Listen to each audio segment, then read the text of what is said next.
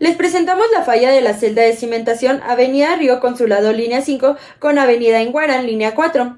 Pertenecemos al Instituto Politécnico Nacional, Escuela Superior de Ingeniería Mecánica y Eléctrica, Unidad Azcapotzalco, del grupo 3RM4 de ensayo de materiales. Mi nombre es Viridiana Belén Sánchez Ramos y les voy a presentar el proyecto que lleva por nombre Línea 5 de Ciudad de México. Fue clasificada como sistema de transporte metro.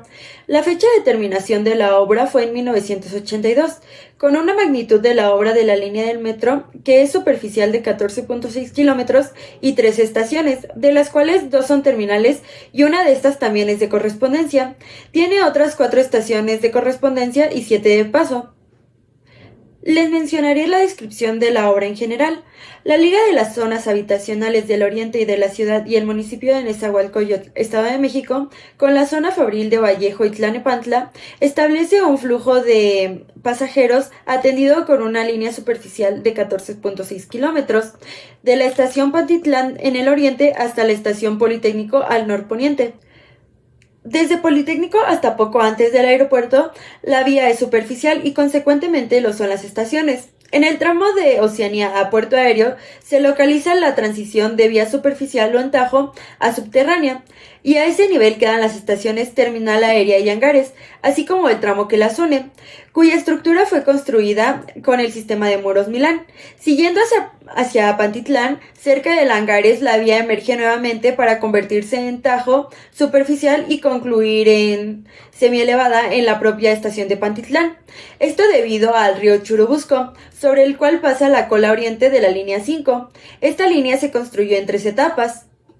Los procedimientos constructivos utilizados en el tramo superficial fueron las excavaciones para la construcción del cajón, esto a cielo abierto, lo mismo que en las estaciones. En este se tuvieron que resolver serios problemas dada la profundidad del desplante, donde se localizan los vestíbulos y accesos a las mismas. Al efecto se utilizó el sistema tradicional de abatimiento y control de aguas freáticas por bombeo, tanto de gravedad como electroosmótico, construcción de muros tabla-estacas. También se usaron excavaciones de núcleo a cielo abierto, losas de fondo y muros estructurales.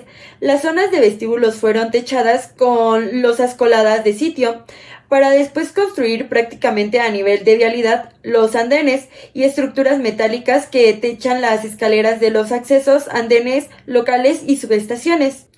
El suelo del área en el que se construyó la estación Pantitlán, así como el de los alrededores, es de limo arcilloso, bastante compresible y altamente saturado en agua, pues se encuentra en una zona inmediata al vaso de Texcoco. La estación tiene 3 niveles y una superficie construida de 10.000 metros cuadrados. La estación terminal aérea a la entrada del Aeropuerto Internacional de la Ciudad de México cuenta con acabados de lujo, murales en los vestíbulos y las cabeceras en los andenes. El vestíbulo oriente se titula Cuitzeo, el del poniente Tlatilco y el de la cabecera sur Paisajes cálidos y el de la cabecera norte Paisajes fríos.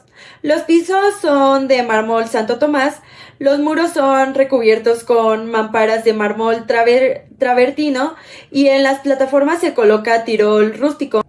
Ahora sí les hablaré sobre la descripción de la obra de la celda de cimentación cruce Avenida Río Consulado línea 5 con Avenida Enguarán línea 4.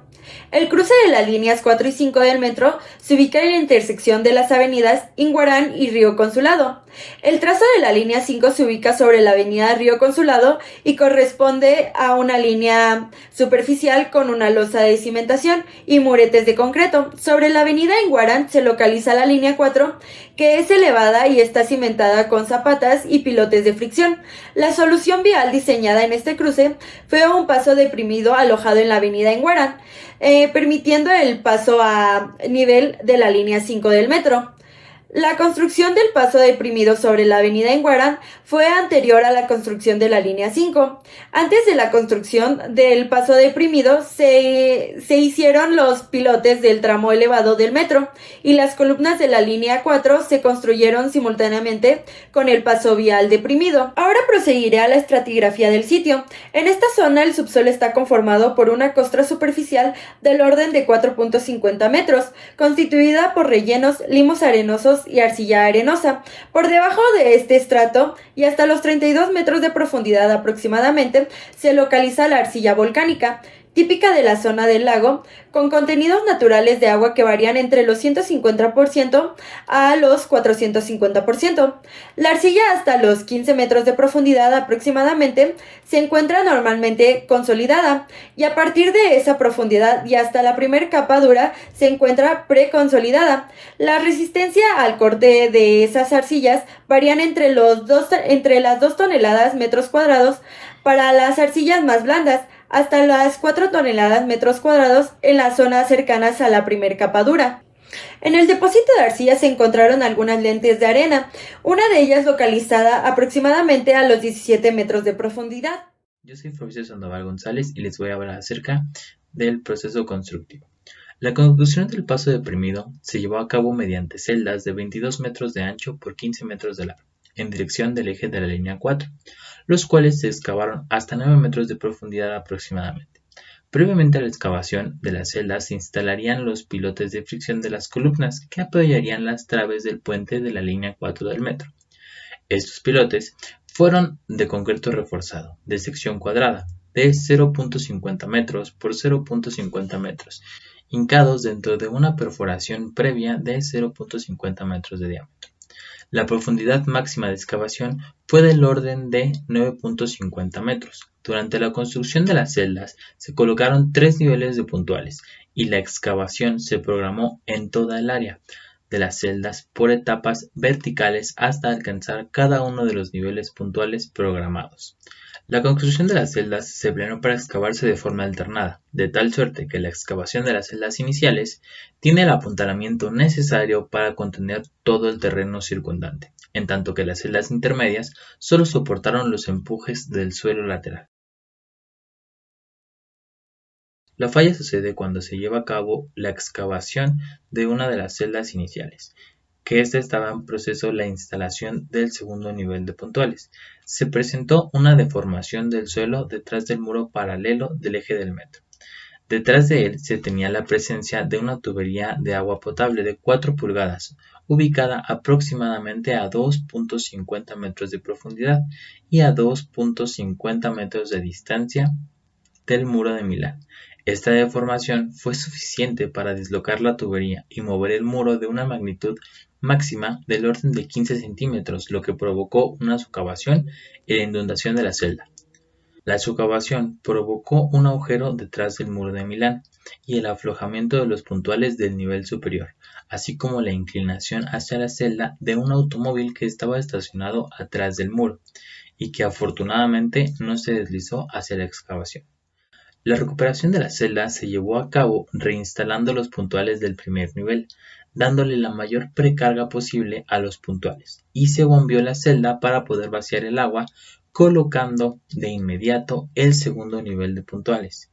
El diseño estructural de los muros interiores del paso vial se modificó para observar la deformación de la tablestaca Milán. Si nosotros hacemos un análisis de la falla, podríamos llegar a la conclusión de que la presencia de una tubería de 4 pulgadas de agua potable que se encuentra a presión y el momento crítico antes de la colocación del segundo nivel de puntuales provocó deformaciones atrás de la masa del suelo del muro Milán, las cuales causaron el dislocamiento de dicha tubería, una socavación atrás del muro y el movimiento del muro hacia la excavación, con la consiguiente inundación de la celda. Y así ya para finalizar solamente nos faltaría analizar las lecciones aprendidas y la solución que se implementó. La lección aprendida de este caso fue que se debió hacer un desvío local de esta tubería paralela a su eje, así para poder tenerla ubicada a la vista sobre la banqueta apoyándola en silletas y así dar seguimiento de las deformaciones de la banqueta durante la excavación. Así también puedes tener la posibilidad de observar los movimientos. También se deberían de haber colocado puntuales inmediatamente después de la excavación para descubrir los puntos de aplicación. Los puntuales, ¿qué son? Son los puntos de apoyos que se implementan tanto en construcciones como en reparaciones. Estos para mantener los materiales fijos en su lugar y así poder realizar los trabajos necesarios sin tener que estarlos apoyando todo el tiempo. La solución que se implementó para esto fue recuperar la construcción de la celda. Así se procedió a retirar temporalmente la tubería de agua potable. Esta fue sustituida por una tubería exterior que estuvo a la vista durante todo el resto de la excavación. Así se estuvieron revisando la presión de los puntuales que estaban sueltos, se estuvieron aplicando nuevamente presiones especificadas en donde se era necesario, y así se colocaron los puntuales faltantes en donde no había el apoyo suficiente. Una vez que estuvo garantizada la estabilidad de los muros de la celda, se bombeó el agua del interior y se continuó la excavación hasta llegar al fondo de la celda, y así una vez más poder armar y colocar la losa del fondo.